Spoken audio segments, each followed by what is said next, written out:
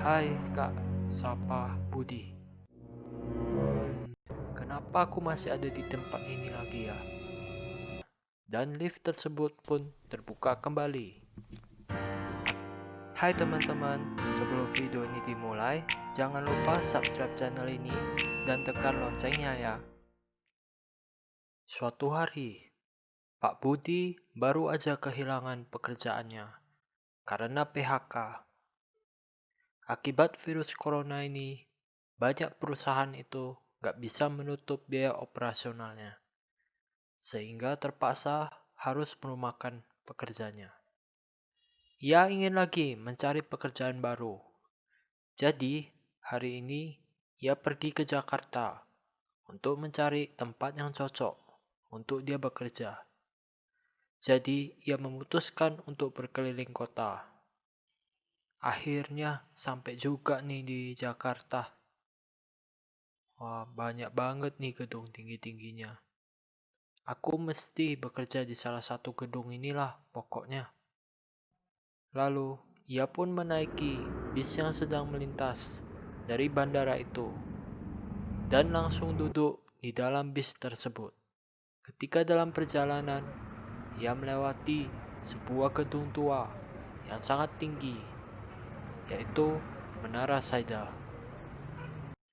Dan seketika ada seseorang juga yang mau berhenti di sana. Jadi Pak Budi pun sekalian turun. Pas banget nih, gedungnya tinggi banget. Sekalian nanya, mana tahu ada lowongan kerja di sana. Pak Budi pun segera turun dan langsung menuju bagian administrasi. Pak, pas banget nih. Kami lagi butuh banget pekerja. Yes, akhirnya bisa kerja lagi dan gak pengangguran. Makasih ya Pak. Lalu, keesokan harinya, dia pun berangkat bekerja. Pak Budi kemudian segera pergi ke ruangan barunya tersebut, yang berada di lantai 13. Ia juga bertemu dengan Pak Radit, supervisor yang merupakan atasannya. Pak Radit orangnya sangat friendly dan pengertian. Di sana Pak Budi bertanya apa aja yang harus ia kerjakan sebagai pekerjaannya.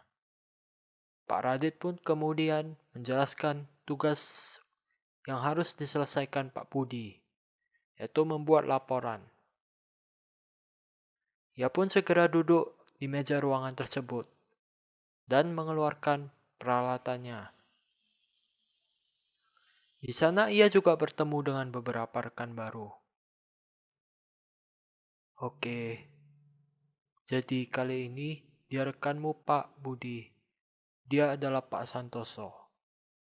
Pak Santoso merupakan pekerja juga yang baru masuk beberapa hari sebelumnya. Mereka pun kemudian bekerja bersama, hingga akhirnya sudah jam 5:30 malam. Ternyata pekerjaannya nggak gitu susah ya Pak Budi. Iya nih, cuma banyak aja, jadi lama buatnya. Akhirnya udah bisa pulang. Yuk balik, besok lanjut lagi Pak. Kamu duluan aja Pak, saya tanggung nih. Sedikit lagi udah mau siap aku. Oke deh, kalau gitu saya duluan ya. Oke Pak. Pak Budi pun terus melanjutkan pekerjaannya. Hingga ia nggak sadar kalau sudah larut malam. Aduh, akhirnya siap juga.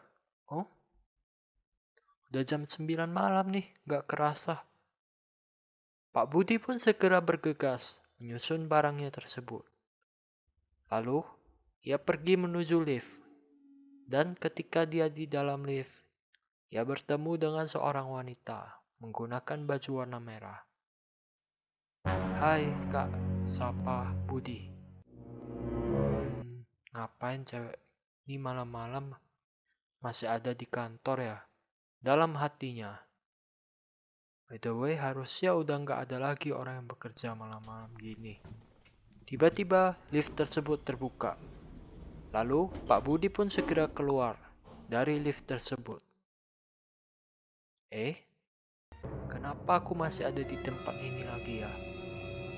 Padahal kan harusnya aku udah di lantai 1. Pak Budi pun kembali menekan liftnya, dan lift tersebut pun terbuka kembali. Akan tetapi, tidak ada lagi wanita tersebut di dalam liftnya. Kemudian, ia masuk kembali dalam lift tersebut. Ia pun menjadi gelisah, karena lift tersebut kali ini malah nggak berjalan dan nggak mau terbuka juga. Kali ini, ia berusaha untuk menekan semua tombol yang ada, dan enggak terjadi apa-apa. Ya, Pak Radit, Pak Santoso, siapapun, tolong liftnya bermasalah nih. Tapi tetap aja, enggak ada yang mendengarnya.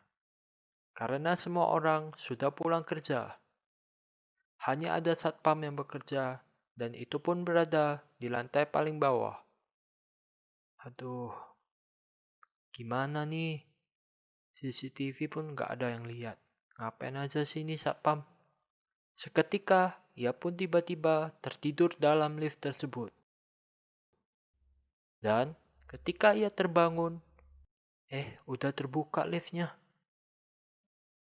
Udah jam 1 malam nih. Dia pun segera keluar dari lift tersebut dan masih berada di ruangan kantornya yang di lantai 13 tersebut. Lalu, ia memutuskan untuk turun dari tangga. Kan tetapi ketika ia sudah sampai di tiap lantai, lift tersebut juga selalu turun dan membuka pintu. Seakan menyuruh Pak Budi untuk kembali lagi masuk ke dalam lift tersebut. Lift sialan nih. Lebih baik aku lebih cepat turun. Dia pun nggak lagi peduli dengan lift tersebut yang selalu terbuka di setiap lantai ia turun. Kan tetapi pada saat ia berada di lantai 2 dan menuruni lantai 1, ia malah kembali ke kantornya yang berada di lantai 13 tersebut. Duh, kok kembali lagi ke sini? Gimana sih gedungnya? Tiba-tiba, ia nggak lagi sadarkan diri. Dan keesokan harinya, semua orang berkumpul dan melihat Pak Budi sedang tergeletak di dalam lift tersebut.